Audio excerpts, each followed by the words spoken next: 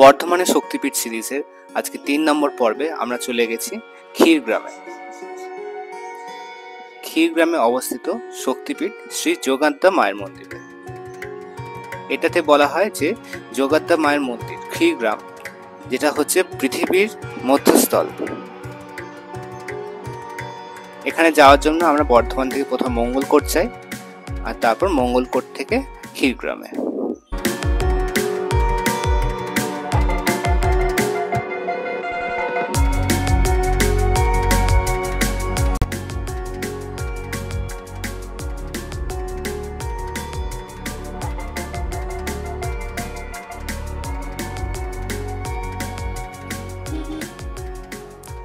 আমাদের এই সিরিজে তৃতীয় স্থান শ্রী শ্রী যোগাদ্দার মন্দির ক্ষীরগ্রামে।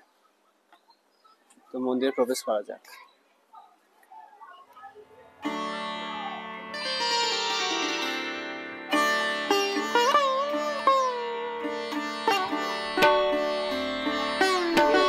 বিশাল প্রাঙ্গণ, খুব সুন্দর মন্দির, পরিষ্কার পরিচ্ছন্ন, ভালো।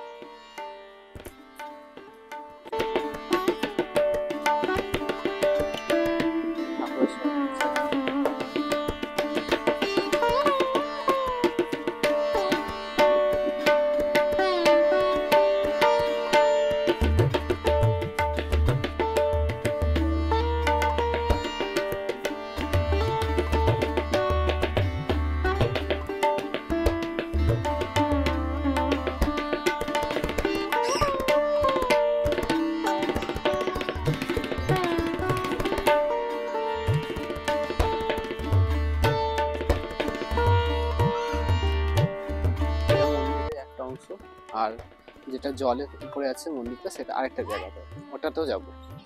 তো এই সিরিজের তৃতীয় ভিডিও আমরা চলে এসেছি যোগাদ্দা মন্দিরে। যোগাদ্দা মন্দির ক্ষীরগ্রামে অবস্থিত। তো এখানে আসার সময় একটা হাসির ব্যাপার হয়ে যায়। আমরা যখন গুগল ম্যাপসে লিখি যে যোগাদ্দা মন্দির, তো একটা অন্য জায়গায় আমরা চলে যাই, সেটার নামও যোগাদ্দা মন্দির। যখন আপনারা এখানে আসবেন, লিখবেন যে শক্তিধাম যোগাদ্দা মন্দির ক্ষীরগ্রামে, তবে ঠিকঠাক জায়গায় আসতে পারবেন। নাহলে একটা অন্য ছোট একটা মন্দির, ওটাও মন্দির, যোগাদ্দা মন্দির, কিন্তু ছোট একটা মন্দিরে দেখাচ্ছে। তো দেখুন মন্দিরের ভিউ। মূল মন্দির হচ্ছে এইটা। এখানে আসল যে যোগাদ্দা মা এখানে আছে। তো যোগাদ্দা মায়ের বলা হয় যে মায়ের ডান পায়ের আঙুল এখানে পড়েছিল, তাই জন্য এখানে নাম হয়ে গেছে যোগাদ্দা। আর এর পিছনে একটা গল্প আছে, সেটা আমি বলছি। তার আগে দেখুন যে যেহেতু এই মন্দিরটা সবসময় খোলে না, এই মন্দিরটা সবসময় খুলবে না, এই মন্দিরটা কিছু কিছু সময় আছে তখনই খোলে। আর এখানকার মা জলের তলায় থাকে, আর অদ্ভুতভাবে অলৌকিকভাবে যে জলের তলায় থাকে শ্যাওলা ধরে যাবে, সেইটাতে কোনোদিন শ্যাওলা ধরে না। যোগাদ্দা মায়ের মূর্তিতে কোনোদিন শ্যাওলা ধরে না এখনো অবধি। যেমন মন্দির তেমনই থাকে, যেমন মূর্তি তেমনই থাকে। এই সেই যোগাদ্দা মন্দির। এটা পাশে একটা মন্দির করা হয়েছে, আসল মন্দিরে যখন হয় সময়টা তখন ওঠায়।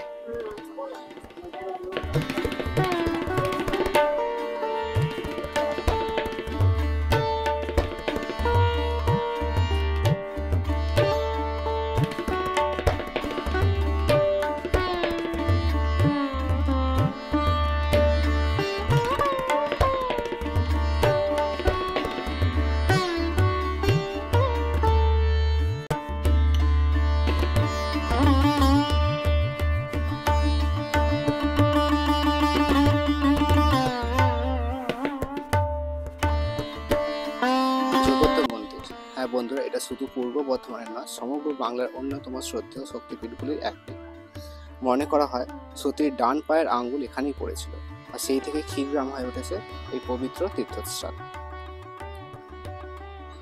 যেমনটি বললাম, এখানে রয়েছে দুটি যোগাদ্দা মন্দির, একটি পুরনো মন্দির এবং একটি মূল মন্দির। ক্ষীর ডিঙ্গির মাঝে দাঁড়িয়ে থাকে সাদা মার্বেলের এই মন্দির। পুরনো মন্দিরের সামনে দাঁড়িয়ে যেন ইতিহাসের ছোঁয়া মেলে, যেখানে দেবী যুগ যুগ ধরে অধিষ্ঠান করছে। এই যোগাদ্দা মন্দিরের নির্মাণকারী শিল্পী নবীন চন্দ্র ভাস্কর, তার মূর্তিও এখানে রাখা আছে। রামায়ণে মহি রাবণ রাম লক্ষ্মণকে বন্দী করেছিল। হনুমান দেবী ভদ্রকালীকে পুজো করে তাদের উদ্ধার করেন, আর এই দেবী ভদ্রকালী হনুমানের ক্ষীরগ্রাম প্রতিষ্ঠা করেছিলেন। কালের অবর্তে স্থানীয় লোকজনের মুখে এই দেবীর উঠান হয়ে ওঠে যোগদ্দা। এই দিঘিতে, ক্ষীর দিঘিতে দেবী যোগদ্দার এক প্রাচীন বিগ্রহ আজও জলের নিচে অবস্থান করছে। বছরের বিশেষ কিছু দিনে, যেমন বৈশাখ সংক্রান্তি, আষাঢ় নবমী, বিজয় দশমী, দেবী জল থেকে উঠে আসেন আর হয় বিশাল মেলা, অগণিত ভক্তের সমাগম।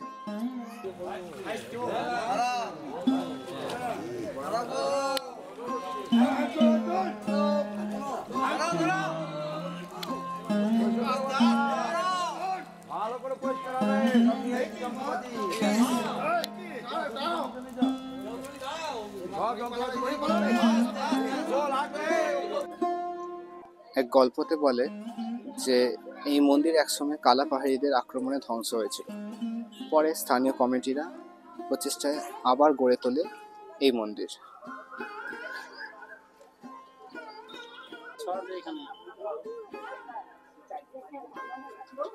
মন্দিরটা করা হয় ভক্তদের জন্য, যারা আসবে, যারা এসে এখানে দর্শন করতে পারবেন। যোগাত্মা মায়ের একটা মূর্তি আছে এর মধ্যে, বড়।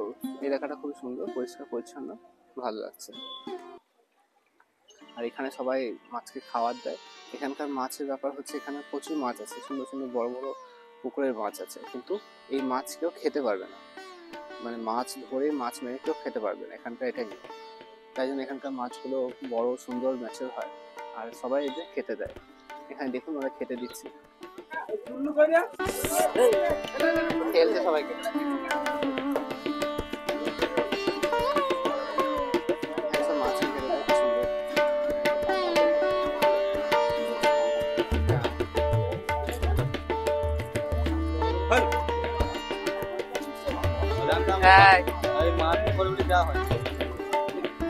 খাতে না দুটো হয়ে গেছে।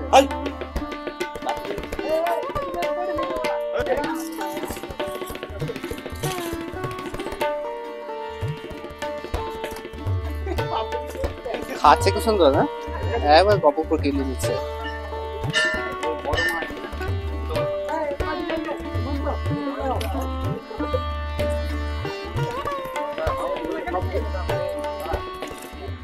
এখানে একটা স্কুলও আছে, শ্রীগ্রাম শ্রী যোগদান বাণিজ্যিক স্কুল।